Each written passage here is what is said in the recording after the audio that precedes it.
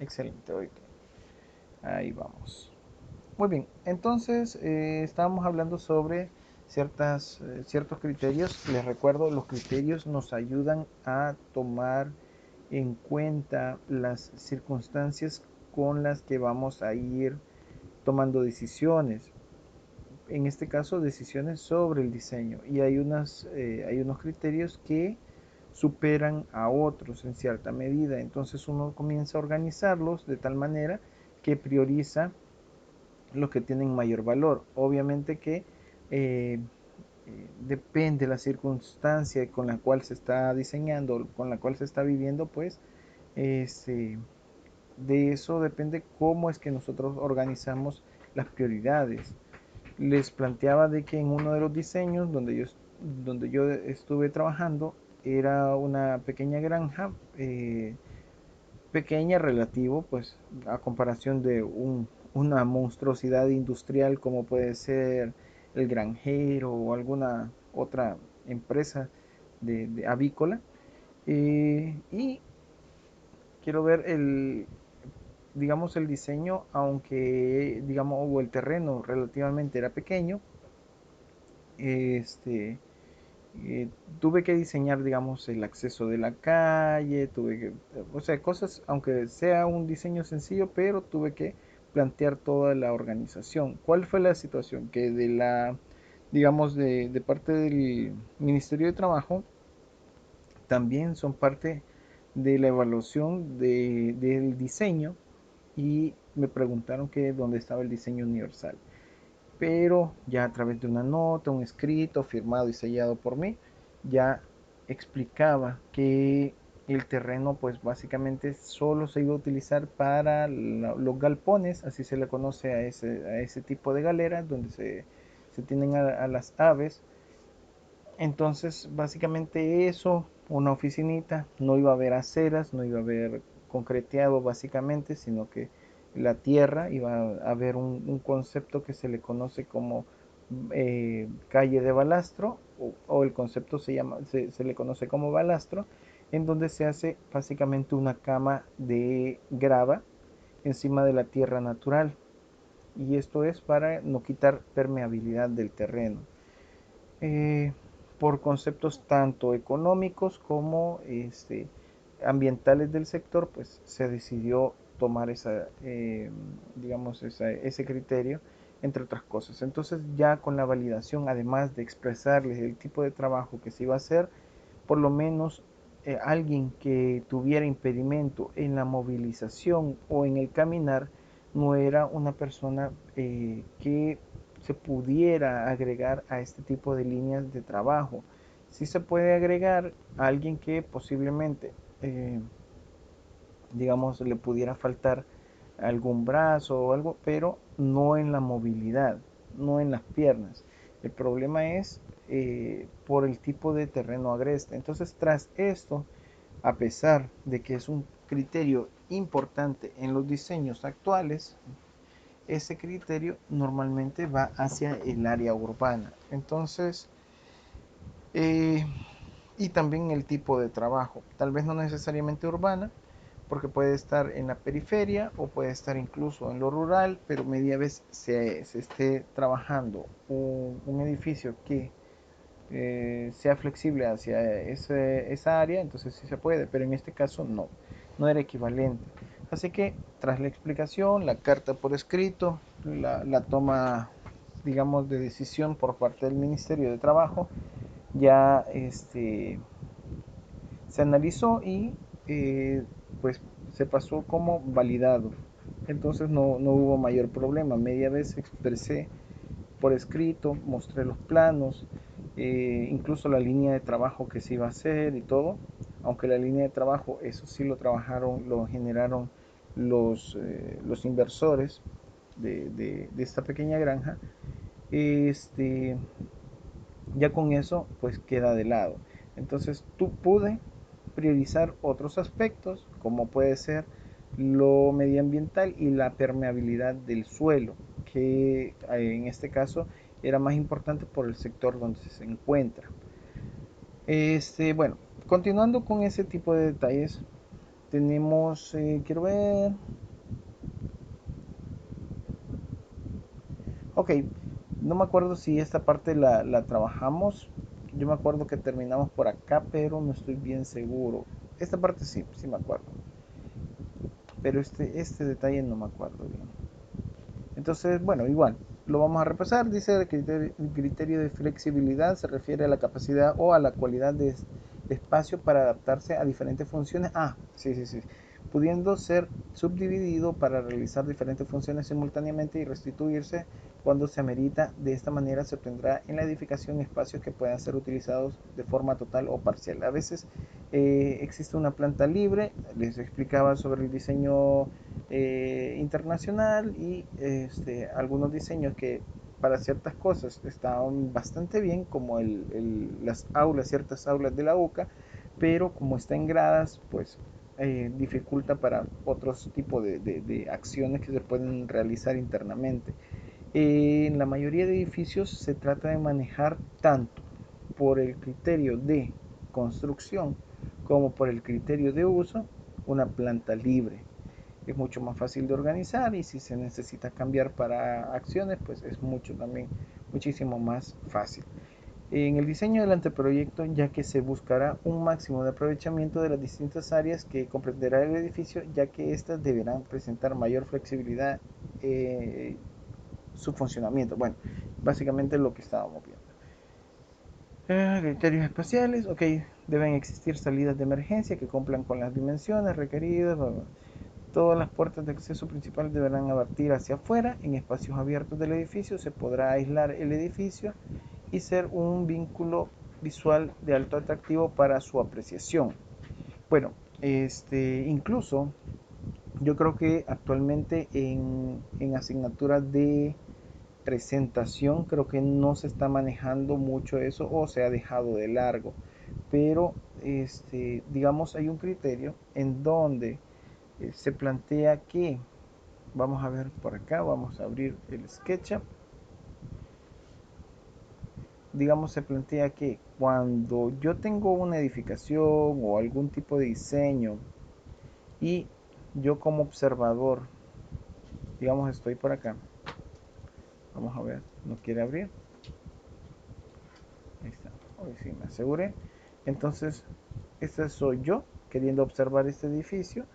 Entonces se menciona de que para poderlo observar, bueno, normalmente se observan desde algún tipo de esquina, pero lo que se menciona es que dependiendo la altura, el diseño tiene que estar equivalente a eso. Aquí actualmente no se utiliza mucho ese criterio por cuestiones de espacio. Uno trata de manejar todo el espacio del terreno posible para desarrollar el proyecto. Puede ser para edificación totalmente y, digamos, internamente generar tal vez un diseño ambiental en cuanto a jardinerías, pero en otros criterios anteriores se manejaba una, digamos, una lógica de, quiero ver, si no mal recuerdo, era 1.75 veces la altura de, digamos, la distancia en horizontal. Esto, digamos, viéndolo en planta. Vamos a tratar de hacer esto. Así, solo algo somero. Vamos. Ahí está. Digamos que nosotros tenemos algún tipo de edificación. Ahorita me lo estoy inventando. Ahí está. Ok. Vamos a ponerlo un poquitito más alto. Muy bien. Entonces, digamos,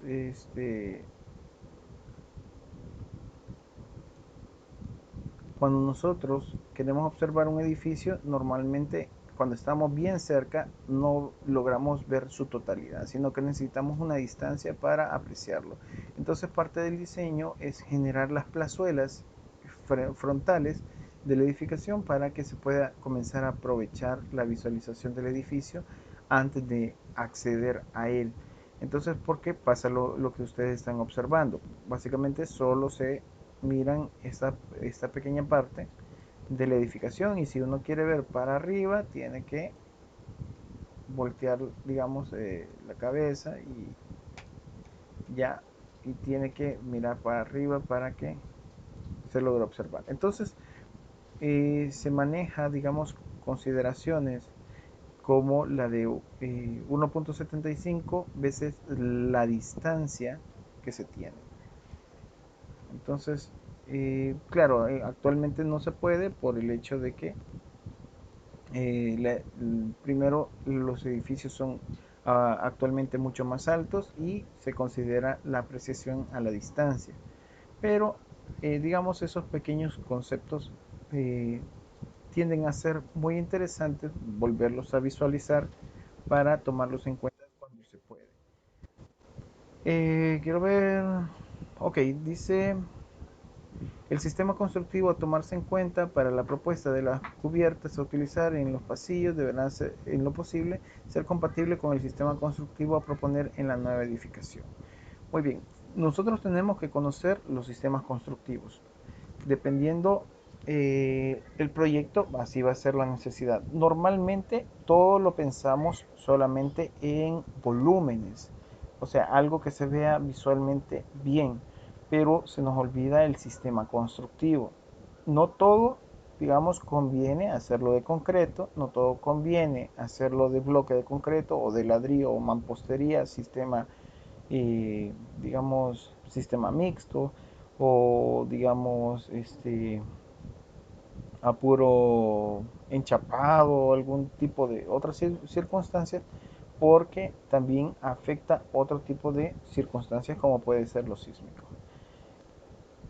De ahí, con respecto a los criterios de accesibilidad, no sé si esto lo retomamos, esta parte creo que no.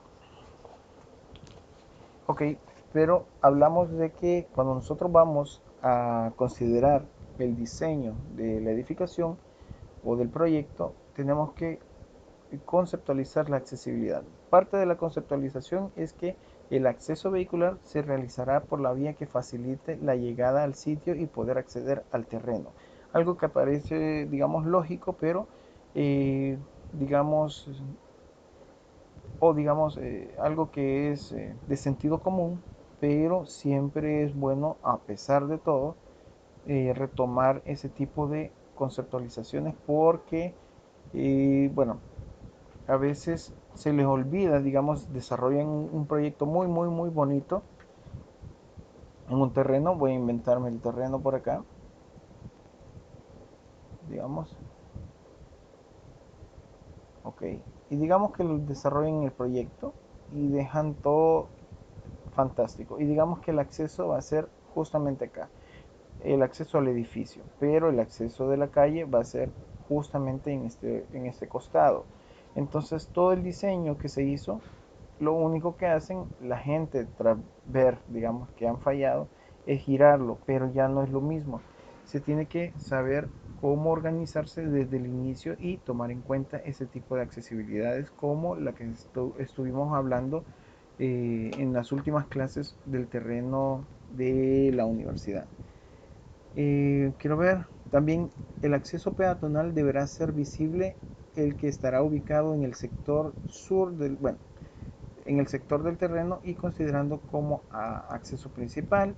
También los accesos peatonales como vehiculares serán independientes para evitar accidentes, entre comillas, o sea que no es que va a ser un solo portón y que ahí van a entrar las dos partes, sino que siempre hay un sector que es peatonal, aunque estén, digamos, juntos, pero digamos, este lado puede ser para vehículo y acá ya tengo una acera que levanta y no hay ningún problema.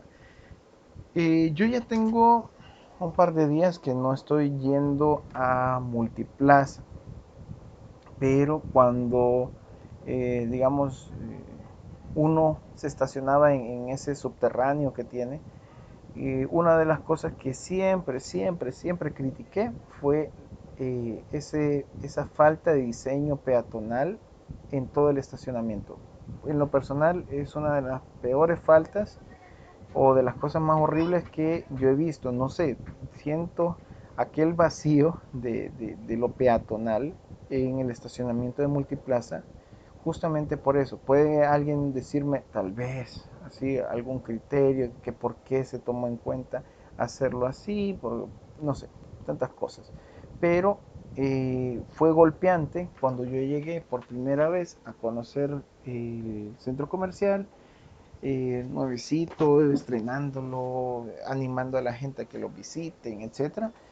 Y, este, y exactamente, la falta digamos, de los caminos peatonales en el subterráneo, aunque consideremos de que uno ya está básicamente adentro del edificio, pero al hacer falta ese tipo de situaciones, pues uno ya siente golpeante la visualización y el uso de los espacios. Por suerte, como es un centro comercial, ya media vez uno accede, ya no hay problema. De ahí menciona que el estacionamiento deberá proveer el acceso directo perdón, el acceso directo a la vía de circulación. Muy bien. Normalmente tienen que tener conexión, es algo como les menciono, de sentido común, pero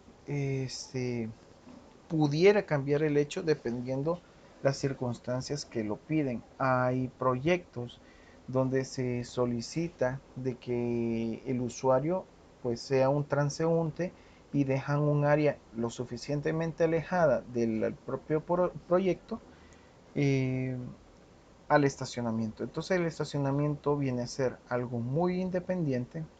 Vamos a ver acá, digamos que esto fuera la planta y el acceso fuera por acá, digamos, me lo estoy inventando.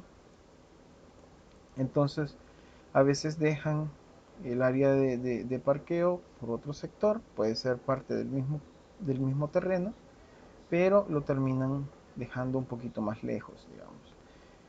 ¿Para qué? Para que no afecte digamos, la comunicación natural y peatonal del resto del diseño.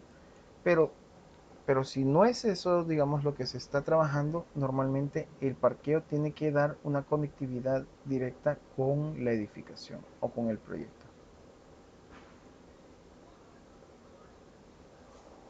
En aspectos topográficos también podemos hablar un poquito y las características del terreno son parte de lo que nosotros tenemos que respetar. Entonces se requiere respetar y aprovechar la topografía del terreno integrándola como un elemento de diseño y eso permitirá armonizar los ambientes en los espacios abiertos que servirán a su vez como elementos de protección o restrictivos para no acceder a las áreas, digamos, vedadas existentes en algunos sectores del terreno. A veces, vamos a ver si por acá, templo budista, Japón, diseño. Vamos a ver si hay alguno. Mm, mm, mm, mm, mm, mm.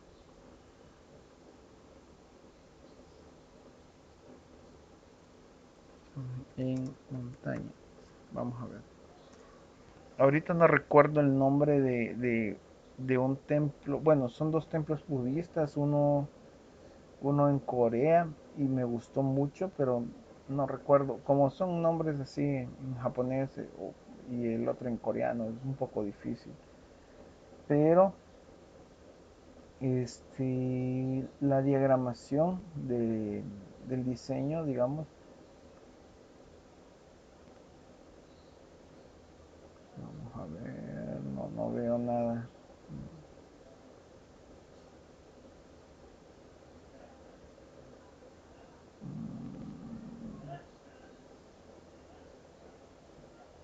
Ok, vamos a ver aquí.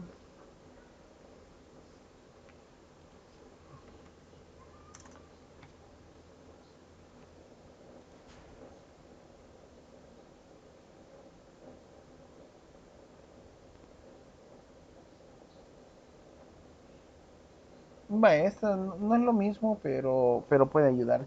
Entonces, este, digamos, parte de lo que yo les comentaba cuando estábamos en la clase de lo que corresponde al diseño a través de los tiempos, de la Edad Media, de la Edad Antigua. Entonces, era parte del diseño eh, considerar el terreno.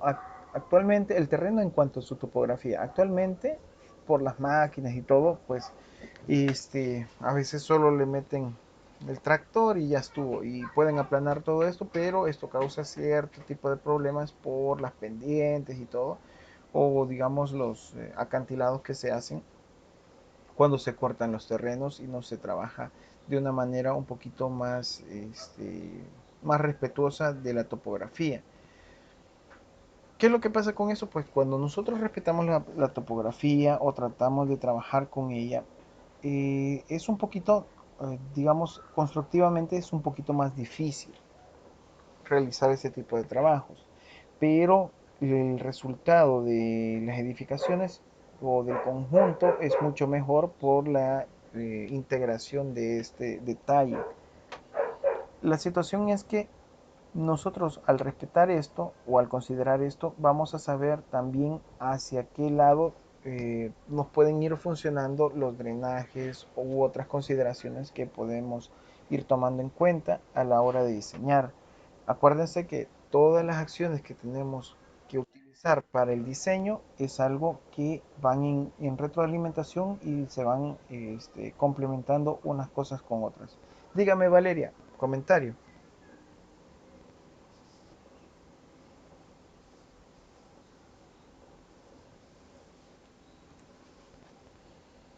Hola, hola. Valeria, hola, hola.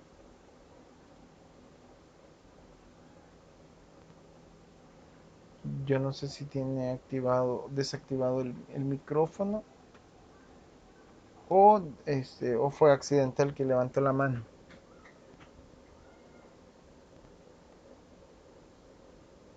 Hola.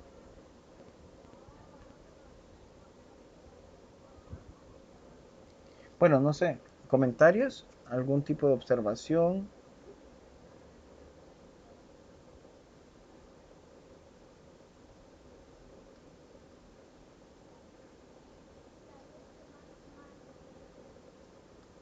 ¿Se escucha? Hola. Ok, ok. Gracias, Jennifer. Gracias.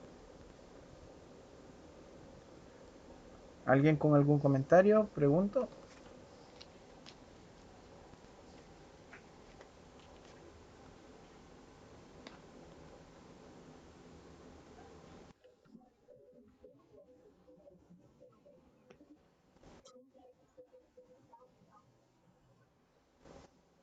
Pues principalmente, yo como lo veo, principalmente es los costos.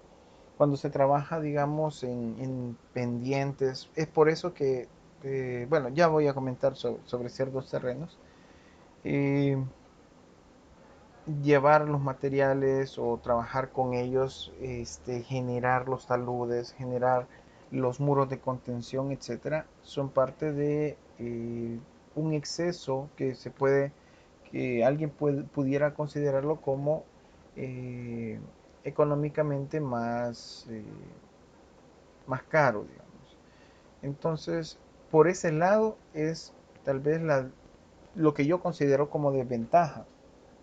También no se puede, bueno, por lo menos dentro de mi digamos, experiencia, no es tan fácil llevar una edificación eh, concisa a, como quien dice, un solo edificio en una circunstancia así, sino que se tiene que normalmente generar una planicie, aunque sea pequeña, pero esa planicie es la que va a consistir en el propio edificio. ¿A qué me refiero? Si el terreno está quebrado, pues yo tengo que generar mi edificio, aunque puede ser un conjunto como el que estamos viendo acá, pero son independientes y esto va a ser básicamente digamos, la plataforma o la terraza que se va a trabajar. Pero ya cuando está demasiado quebrado, pues se tiene que hacer, como le digo, los taludes o los muros de contención para lograr esto. Pero por el lado positivo, cuando el proyecto, tal vez los edificios no son altos y se pueden relativamente independizar, ya se puede obtener algún tipo de resultado mucho más agradable, mucho más como eh, coherente digamos, con el terreno, con la naturaleza, así como lo veo. Este, pero, como les digo, en resumidas cuentas, considero que es más por el aspecto económico. Digamos, los arquitectos de la antigüedad, por decirlo así, ya tenían sus criterios para los templos. Parte de los criterios, por lo menos el que estábamos más o menos mencionando en la clase sobre el diseño antiguo, era que teníamos que respetar si había una montaña en algún lado por acá. Entonces teníamos, vamos a poner acá, digamos acá una montaña, digamos. Entonces, entonces esta montaña pues tenía que proteger eh, la serie de edificaciones o del monasterio, de edificios del monasterio, por los vientos predominantes que venían del norte. Pero ese era como era aprovecharlo de otra manera, pero igual, lo trabajaban en base a graderíos, en base a taludes, etcétera. En nuestro caso, bueno, dependiendo del tipo de diseño, el tipo de proyecto que tengamos que desarrollar, pues vamos a tener que ir trabajando con esto. Al principio, cuando ustedes en algún momento les llegue a tocar eh, algún diseño en un terreno agreste similar, así un poco quebrado, con bastantes pendientes o con alguna particularidad, Daniel, por favor, en el espacio de conversación, ahí escriba su nombre y su número de carnet. Entonces, al principio se ve difícil o se ve tedioso, pero cuando se va avanzando, se van generando, digamos, unas dinámicas muy interesantes en los terrenos. Lamentablemente, ahorita no tengo un proyecto, o tal vez, permítanme, tal vez,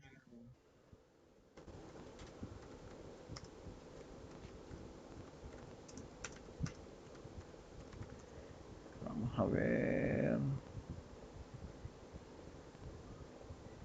mm, tal vez vamos a ver,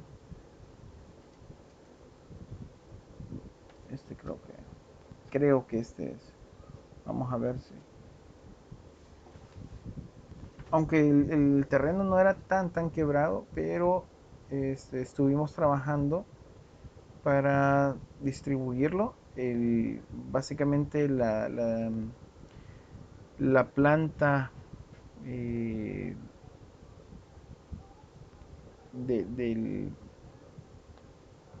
del terreno, eso lo desarrolló una compañera, una arquitecta, Patricia López, pero estuvimos trabajando en conjunto para poder obtener en la manera de lo posible un diseño interesante.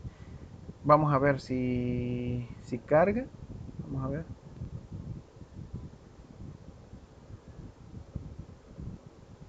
Vamos a ver cuál de estos es. No sé.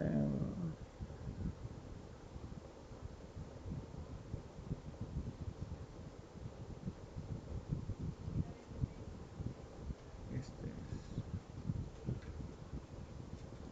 Ok.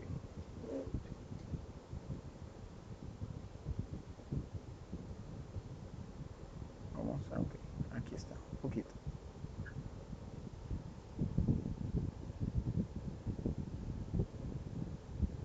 Algo trabado.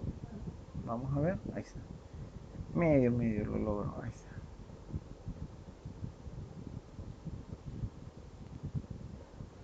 Entonces, el terreno presentaba cierta pendiente, no muy pronunciada, no sé si era como un 20% de pendiente, un poco menos, 10 tal vez, no me acuerdo.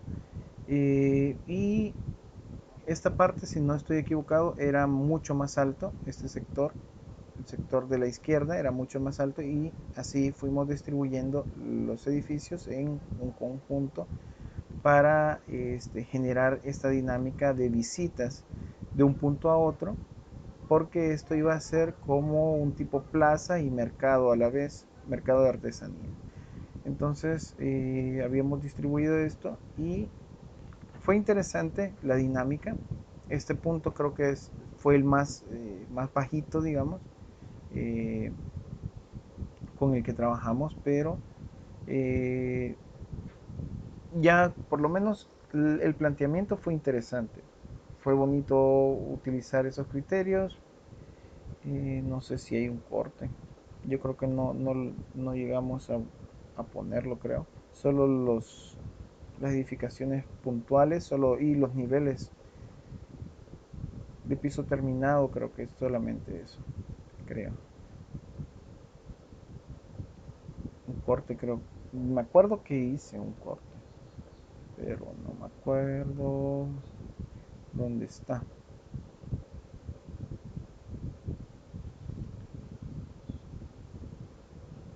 Con anfiteatro, con otras cosas, interesante, pero el punto es de que se logran diseños mucho más dinámicos, mucho más agradables, como que en conjunto o armoniosos con la naturaleza, porque estamos trabajando con el terreno.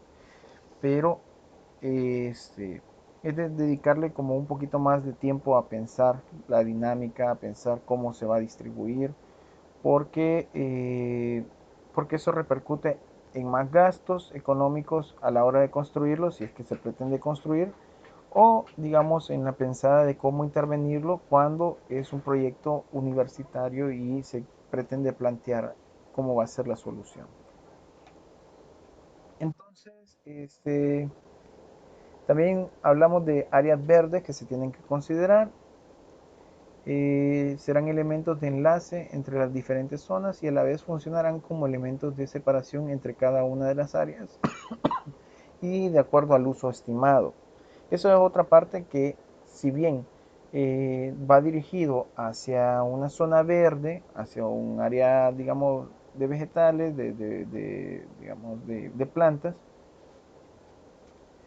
este, no solo va a ser en ese concepto, sino que dinamiza el espacio, lo embellece y nosotros podemos utilizar esto.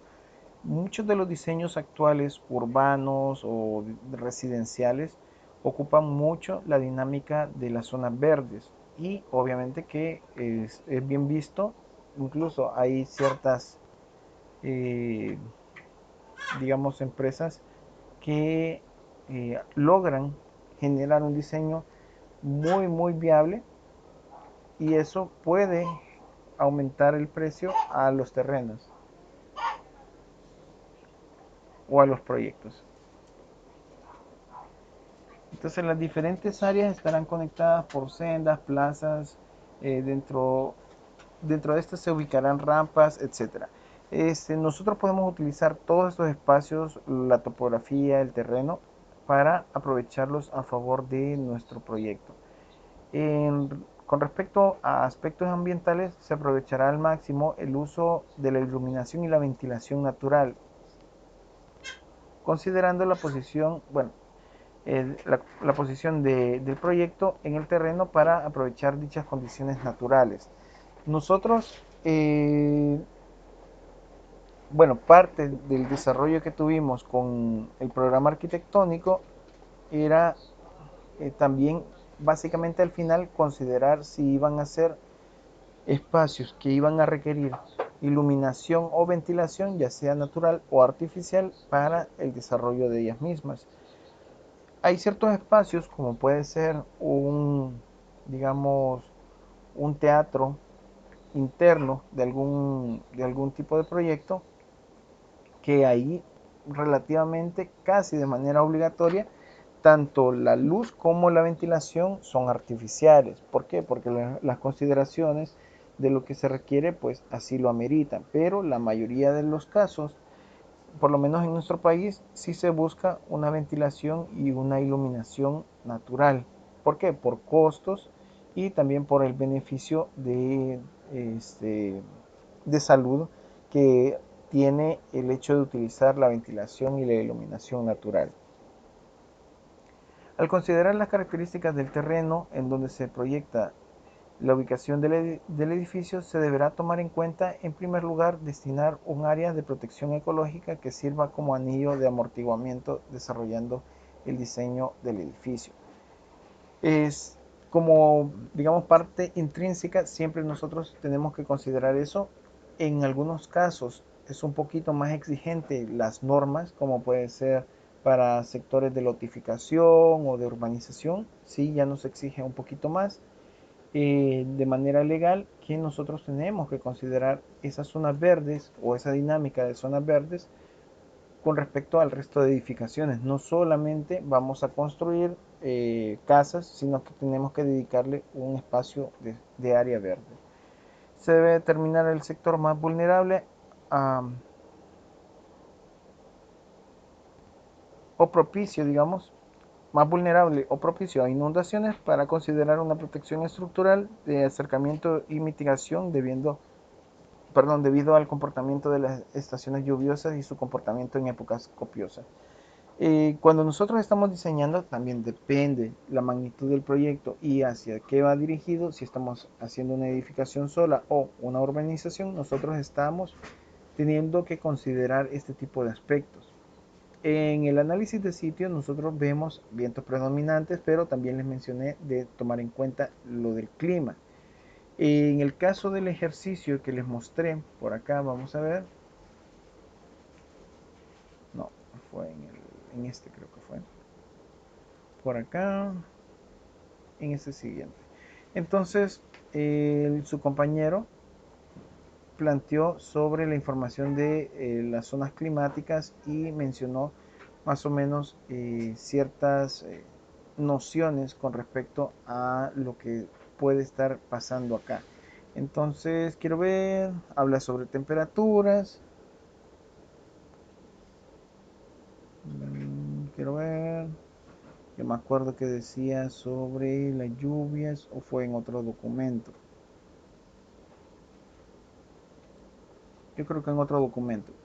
Pero uno puede considerar esto para tener o tomar en cuenta ese tipo de situaciones, porque ya edificada la situación del proyecto, ya construido, hacer reparaciones sobre eso es posiblemente una de las cosas más caras que se pueden imaginar. Entonces, al final de cuentas, es muchísimo más económico plantear bien un proyecto y es parte intrínseca del desarrollo de nosotros generar un buen análisis que lamentablemente en estos dorados tiempos lo dejan de lado. Las exigencias tanto de los clientes como las exigencias de las instituciones llevan a estar de lado este tipo de circunstancias en donde nosotros podemos considerar eh, condiciones para bien, pero se necesita tiempo para analizarlas, para trabajarlas, y no como ahora que quieren un diseño básicamente instantáneo. Sí se puede tener algún poco de experiencia con respecto a este tipo de diseños, pero lo mejor es, o debería de ser, lo ideal, digamos, debería de ser tomar en cuenta, digamos, darle un poquito de tiempo al diseño.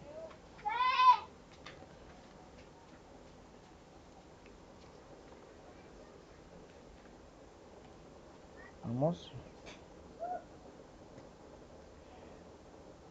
Ok, entonces cuando nosotros ya tenemos todas estas nociones, estas son solo algunas, podemos encontrar más, vamos y comenzamos a transformar ya, digamos, todos esos criterios y medidas del proyecto a una zonificación. Antes de entrar un poquito a la zonificación, me gustaría tomar en cuenta lo siguiente. Cuando nosotros estábamos trabajando con el programa arquitectónico, nos da un resultado final del programa arquitectónico donde hablamos de, digamos, un área de espacio considerado tras todos los cálculos y análisis que hemos hecho. Digamos, si estamos hablando de una biblioteca, esta pequeña biblioteca tiene sus espacios, tiene sus usuarios. Dejemos de lado el hecho de los mobiliarios y todo y el resto de datos que hemos trabajado. Pero cuando nosotros tomamos esta información y ya la concentramos hacia el área total de lo que vamos a utilizar, nos da una medida. Esto es en metros cuadrados. Y bueno, aquí dice área total, pero esta era la sumatoria de todas. Entonces tenemos el área del espacio, en este caso nos indica de que son 27.16 metros cuadrados. Entonces de esto, de esta información, lo único que tenemos que hacer previo a la zonificación es ya ir considerando en grandes rasgos el dato obtenido y este trabajarlo con raíz cuadrada. ¿Para qué? Para obtener el dato de los lados si es que queremos comenzar a trabajar con medidas un poquito más reales.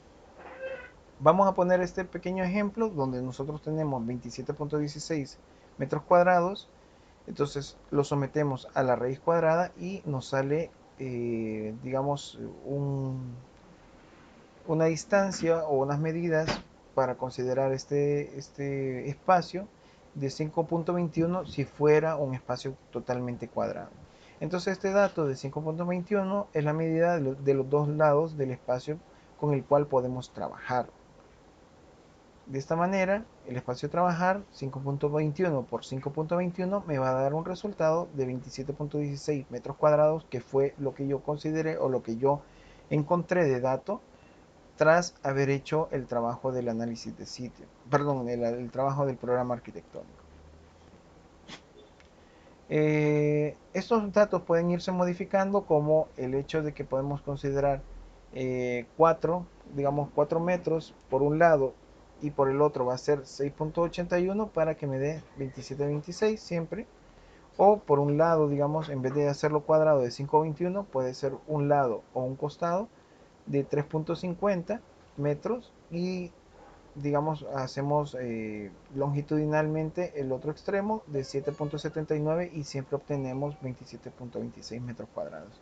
Siempre tendremos el metraje cuadrado mínimo necesario para el espacio estudiado. Les recuerdo, este espacio que obtuvimos es solamente una noción, no es algo escrito en piedra o que nos limite si es que encontramos algún otro tipo de dinámica con la cual podamos seguir trabajando. Hay muchos, digamos, muchos aspectos adicionales con los cuales uno puede considerar otras medidas y, digamos, considero que se siente demasiado pequeño el espacio que hice en cálculo, entonces puedo agregarle más o analizar por qué es que siento que digamos, que se desarrolla o se siente tan poco, entonces yo ya puedo dedicarle un poquito de tiempo, pero en grandes rasgos el programa arquitectónico que íbamos diseñando pues nos abre las puertas a este punto. Así que cuando nosotros estamos justamente a punto de zonificar, nosotros podemos ir considerando estos espacios.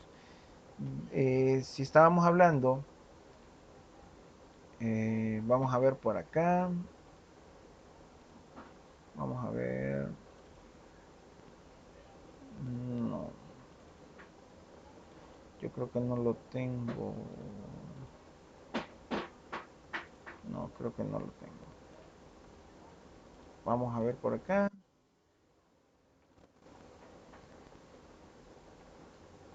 Vamos a ver. Algo rapidito. Ok. Digamos que estamos trabajando con esto. Y estamos con... Bueno, aquí cafetería. Tenemos oficinas. Ajá. Vale, las oficinas son 28.25 y el otro espacio es de 160. Digamos que esto es 28.25. Yo puedo venir con la calculadora. Vamos a ver. ¿Dónde está.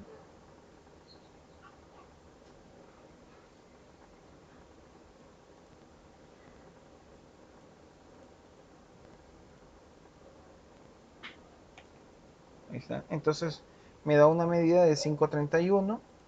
O sea que cuando yo trabaje, digamos, ese espacio, 5,31, lo tengo que dar 5,31, 5,31 y cierro. Entonces, este espacio que acabo de generar va a ser el equivalente a lo que yo encontré con mi programa arquitectónico. Cuando yo ya tengo esto, pues voy creando cada uno de los espacios. Creo que medio visualizamos eso. Y vamos generando el resto de espacios que necesitamos para la edificación. Cuando esto ocurre, yo ya puedo pasar a organizarlos de otra manera a base de criterios, siempre dentro del terreno. Eh, en una temporada que estuve trabajando con unos arquitectos de apellido González, si no estoy equivocado, no sé si la empresa aún sigue de pie, pero digamos, tenían que diseñar ellos. Entonces, ¿qué es lo que hacía el caballero, el arquitecto? Lo que hacía era hacer los recortes de cada uno de los espacios, escribía el nombre a qué se refería, digamos que si esto va a ser bodega, pues escribía bodega. Si esto va a ser oficinas, entonces escribía oficinas, etcétera, y las recortaba en papel de colores, así en la realidad imprimía a cierta escala el terreno. También los papeles de colores recortados iban a escala. Entonces los recortaba todos y él ya se ponía a distribuir los espacios. Era una manera muy interesante que digamos después yo ya la comencé a utilizar un poquito más. Ya había hecho algo similar, pero no tan así, tan directo como recortar las piezas. Pero el punto es que muy interesante y va generando ya los resultados un poquito más rápido. Pero esta es solo una alternativa. Ahora, continuemos. Entonces, con la zonificación, podemos hablar que en el proceso de diseño se define la ubicación de las zonas, partes o fraccionamientos del área que busca el buen funcionamiento de un edificio a emplazar en el terreno. La zonificación ordena el agrupamiento de los espacios por afinidad de actividades. Entonces aquí viene también el otro complemento. Cuando nosotros estuvimos trabajando, digamos esto, la matriz de relación, entonces nosotros ya podemos ir tomando en cuenta eso. El estacionamiento con qué tiene compatibilidad, la seguridad y paquetería con qué otra cosa o con qué no tiene compatibilidad. Y de esto pues yo ya puedo ir organizando, por decirle espacio, este es el espacio 1, el espacio 2, el espacio 3, así. Entonces el espacio 1 posiblemente para comunicarse con el espacio 3 sea óptimo, pero no tanto o no me interesa que conecte para nada con el espacio 2. Entonces yo ya puedo irlo separando y puedo ir organizando de una mejor manera. Eh, entonces, cuando nosotros zonificamos, podemos decir que la zonificación está identificada en ciertos puntos. Una es conceptual. Cuando la zonificación es conceptual, nos referimos que es la identificación del nombre específico correspondiente a cada zona que constituye el edificio. Por ejemplo, la zona administrativa, la zona de mantenimiento, la zona técnica, la zona de abastecimiento, la zona de auxilio, etc. También parte de la zonificación podemos hablar sobre el concepto de terreno, lo cual indica la ubicación o lugar preciso de cada zona dentro del terreno establecida mediante la descripción de criterios para su ubicación y se utilizan formas arbitrarias, pueden ser a través de colores o también nomenclatura que sirva para la identificación. Cuando yo tengo el terreno, así, yo ya puedo decir, bueno, acá voy a aprovechar también la vista que me genera la altura de este talud para, digamos, para mi diseño del hotel o lo que sea. Y yo ya puedo identificarlo a través de tal vez un color rosado. Entonces, este sector o por algún número, sector uno, entonces va a ser el área de restaurantes porque tiene una mejor vista, porque está más alto, etcétera. También podemos tomar criterios como lo arquitectónico y esto indica que por su nombre a cada zona podemos ponerle el nombre a cada zona dentro del terreno. Además refleja en el área de metros cuadrados y se puede representar a través de formas o colores también como lo hemos hecho con lo otro. Parte del desarrollo de la zonificación también puede otorgarnos cierta generación de formas. Entonces, nosotros ya vamos considerando ciertas formas desde antes, pero ya podemos ir trabajándolo un poquito más conciso. Entonces, el criterio formal de la zonificación indica la forma definitiva que representará cada una de las zonas y por consiguiente es la que se identificará en el diseño volumétrico que se adecua a la forma del terreno. Digamos, una buena alternativa que yo considero es, como les había mencionado, la noción de estos cuadraditos o estos rectángulos con los cuales uno comienza a jugar, comienza a rotarlos y comienza a generar la dinámica de esto.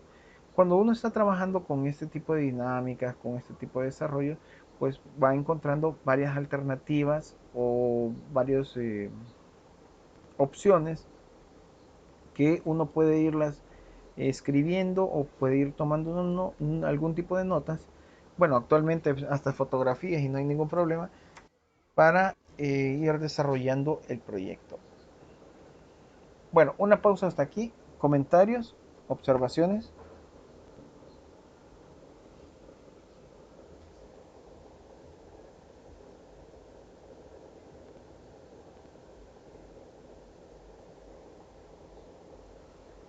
Los que ya han llevado algún tipo de diseño o taller, pues pueden, posiblemente ya hayan desarrollado algún tipo de metodología con la cual se sientan más identificados o más cómodos para el desarrollo de este tipo de trabajos.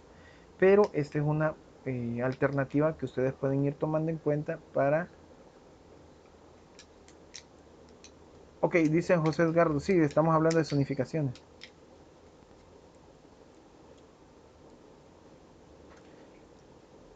Ok, dice, tendría que ser zonificado en 2D o en 3D. Arqui, pues principalmente en 2D. Es lo primerísimo, lo primerísimo. Vamos a ver por acá. Vamos a ver por acá. Aquí nosotros vemos este pequeño ejercicio, ¿ok? En donde nosotros podemos ver alternativa de la zonificación. También la parte de la zonificación es, nosotros lo podemos hacer exactamente como por zonas, pero internamente ya podemos ir distribuyendo y posteriormente ir dinamizando con los espacios que vamos a ir teniendo. Entonces, principalmente en dos dimensiones. Sí es bueno tenerlo en tres dimensiones, pero creo que como el primer gran paso es más fácil en dos dimensiones, digamos, y hacerlo a mano es mucho más dinámico, mucho más libre que estar trabajando en la compu. En la compu a veces yo siento que se estanca uno porque es más rígido. Uno necesita hacer varios pasos para movilizar esto y no permite la experimentación inmediata. Entonces, por ese lado, considero que es mejor hacerlo a mano, así tomarse su tiempo, recortes, maderas, maderitas, troncos, no sé, cartones, para obtener la dinámica y el juego con respecto a las zonificaciones. Poco a poco, mientras se está dinamizando o se está trabajando con esto, poco a poco les va a ir generando ciertas ideas de la edificación. En algunos casos, bueno, cuando estábamos presencial, pues yo había comprado un Jenga hechizo de los del dólar, de este tipo de cabal de juegos, y que me generaran algún tipo de alternativa de volumen con respecto a la madera. Lo que tal vez en lo personal me molestaba un poquito cuando hacíamos esa dinámica, que había gente que solamente hacía esto, digamos.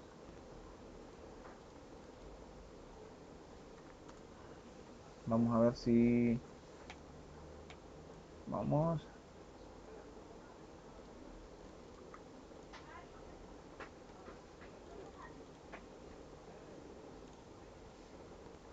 vamos a poner por acá.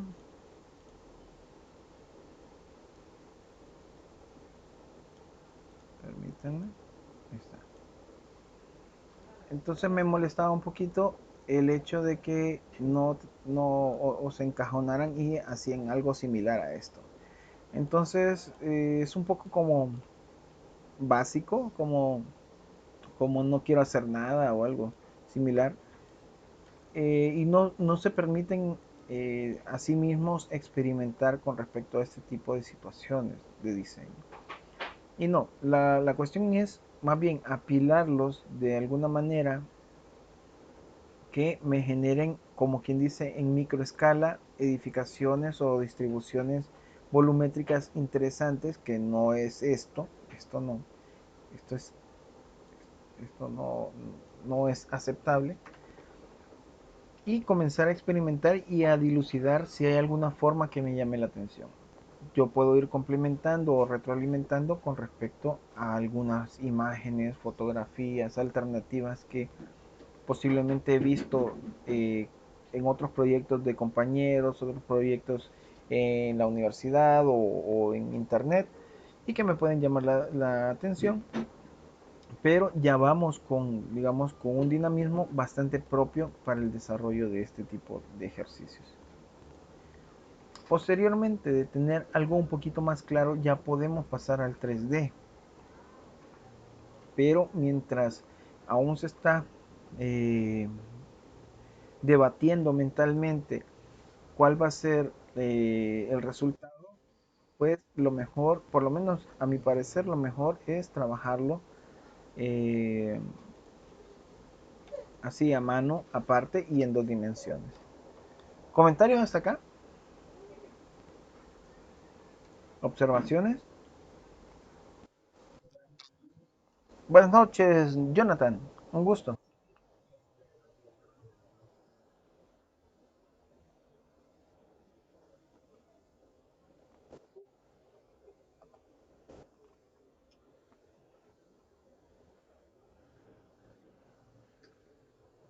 Bien.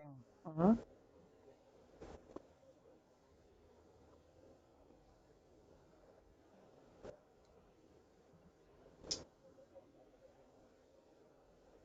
Perfecto, sí.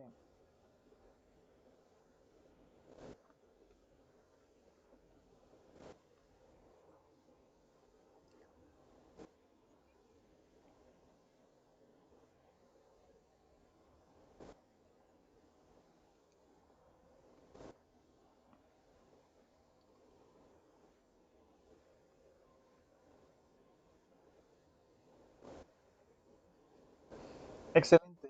Gracias, Jonathan. Excelente. Muy bien, déjeme un segundito. Deme un segundito.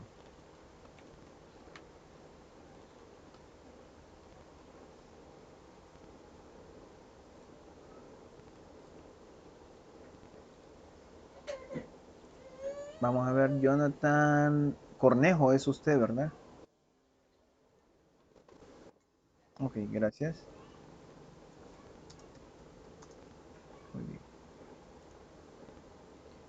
Vamos a ver, vamos a mostrar. José Edgardo, solo le tengo una participación. Quiero ver. María Gabriela una participación, Lilian una participación, Tania solo con una participación más y tiene el 10. Jennifer Alexandra, necesitamos una participación para borrar este 7 y tener ese 10.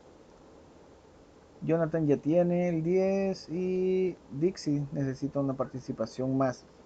Chicos, participemos, participemos.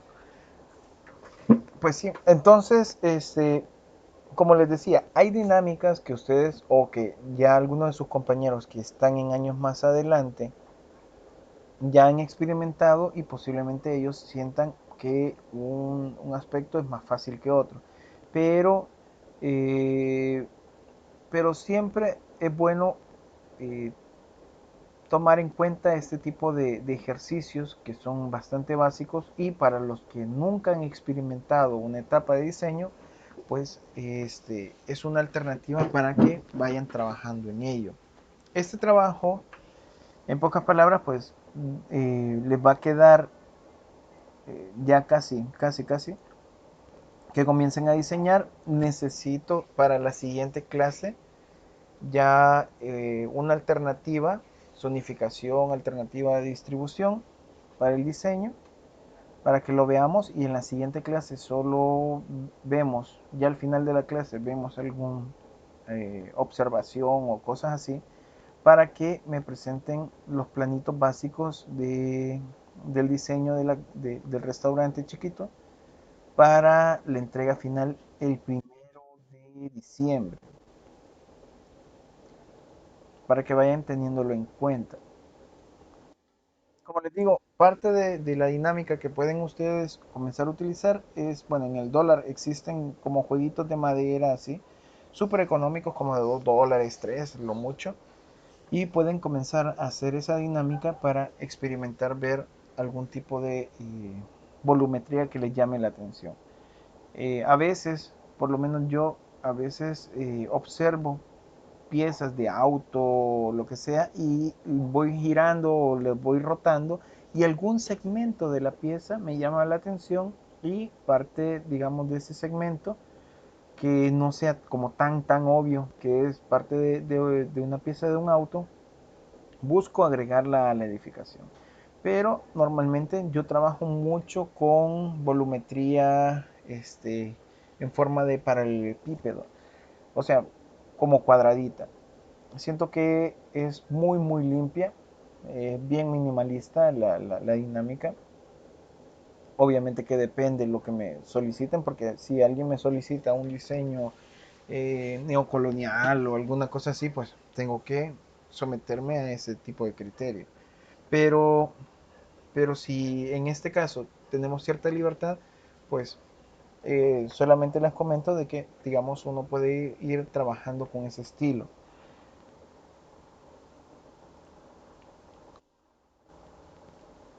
Dígame, hola, hola. Jenny,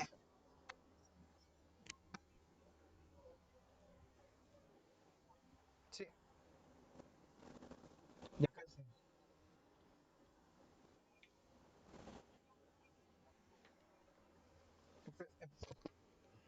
En PDF, sí, en el espacio de la última secuencia que voy a abrir, que sería la secuencia didáctica número 18, para que suban ahí el evaluado en PDF. Ahí sería análisis de sitio y sería la zonificación y sería los planitos.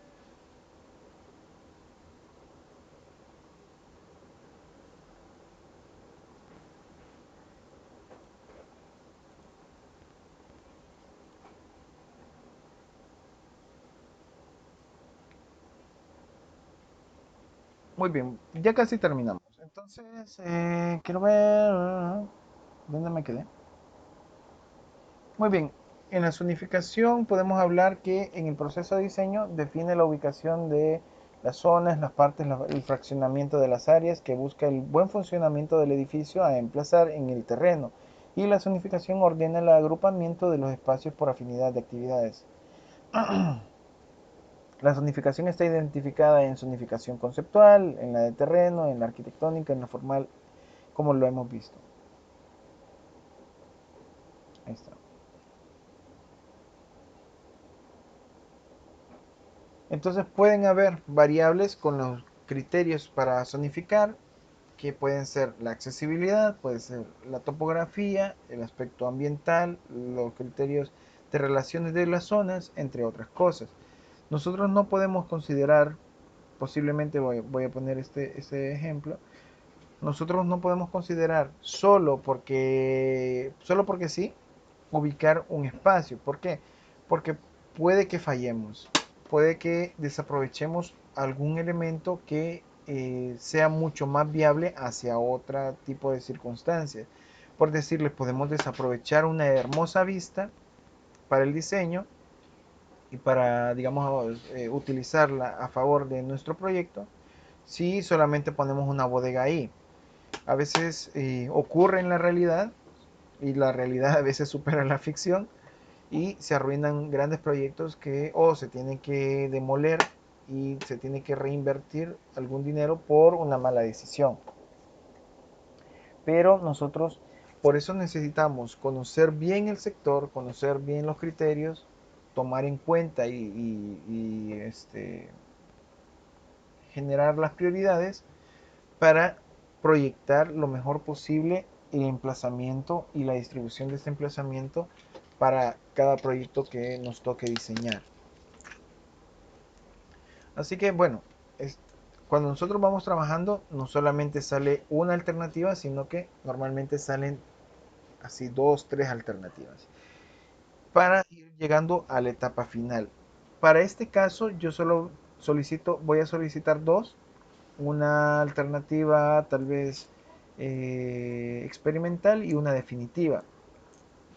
Y de esa definitiva traten de ir desarrollando el proyecto, bueno, nos queda poquito tiempo, pero traten de ir desarrollando el proyecto para que lo podamos trabajar. Dixie, dígame.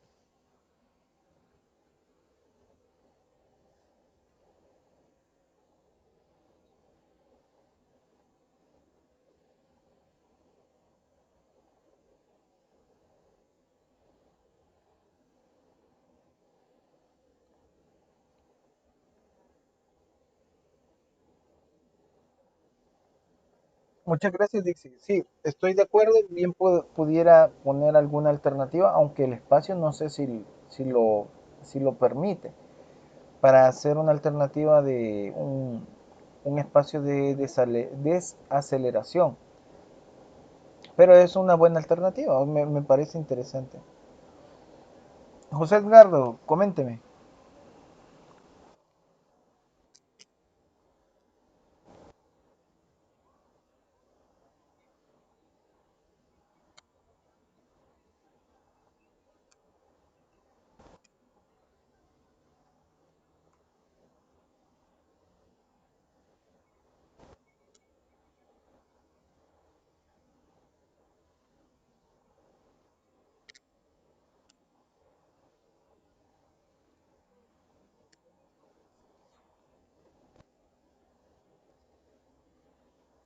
Sí,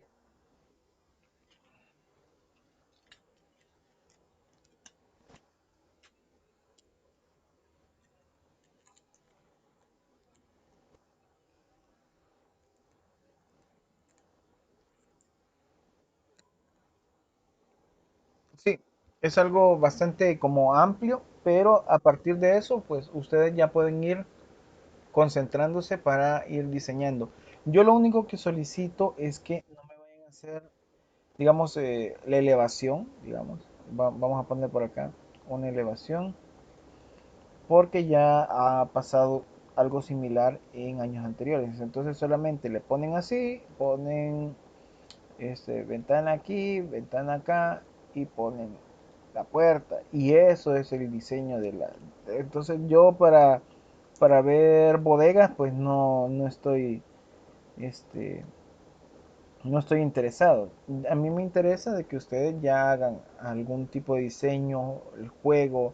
Sí se puede utilizar volúmenes limpios, pero tiene que haber algún tipo de juego, pues, o sea, no solamente eh, solo por salir del paso. Entonces ya se pudiera hacer algo, no sé, más interesante, eh, tantas cosas que se pudieran complementar, no sé.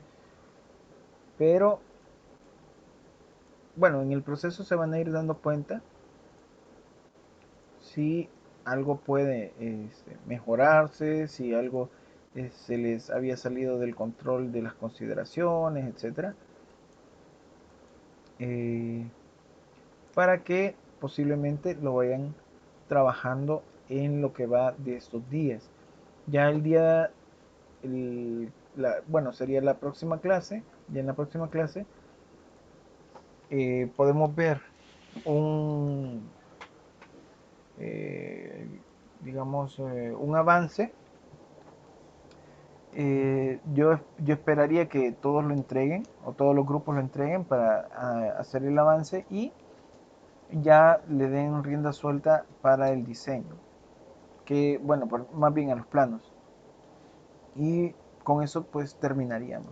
Si no me entregan este avance en la próxima, pues entonces, bueno, lo voy a dejar como parte, como un porcentaje de la calificación final, el que me entreguen el avance,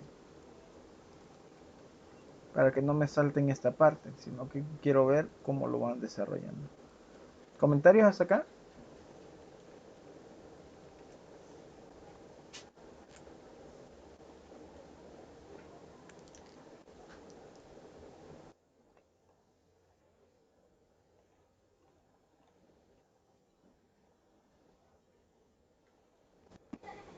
Va, de los planos, lo básico, yo no pido algo extraordinario. Lo básico son planta arquitectónica, planta de conjunto y techos, este, ¿cómo se llama? Dos elevaciones, dos secciones, básicamente eso. No estoy pidiendo plano estructural, ni eléctrico, nada, ni de acabados tampoco. Solo lo muy arquitectónico. Para ya la entrega final. Pero para la siguiente pueden traer la zonificación, la distribución más o menos. No necesariamente tiene que venir una planta, sino que tal vez algo hecho a mano o algo así, que le tomen foto o algo y lo suban y lo podemos ver. De ahí ya en la entrega final de los finales, finalísima, eh, sería el resultado de el análisis de sitio sería la zonificación, que también la voy a calificar, y serían los planos. Y ya con eso pues tendríamos la nota del parcial y de las tareas ahí en conjunto.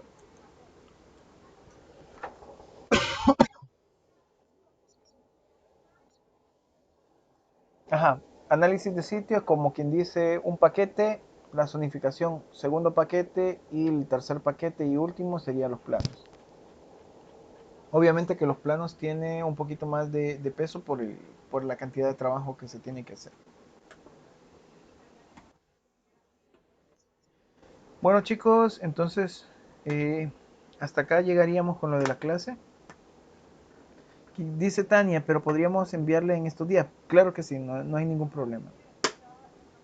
De ahí, ya están en las secuencias. Bueno, aquí no le he puesto las secuencias, pero en las secuencias ya están los videos. Vamos a ver, por acá están los videos, están los PDF, para que los revisen. De esta clase, como es la 16 y es continuación de la 15, solo la 15 tiene el PDF, pero en esta clase número 15, pues ahí va todo lo que hemos visto, tanto en la clase 15 como en la clase de ahora 16. Así que bueno chicos, entonces eso sería todo, no les quito más tiempo, muchas gracias por estar atentos y nos veríamos el próximo miércoles, ¿ok?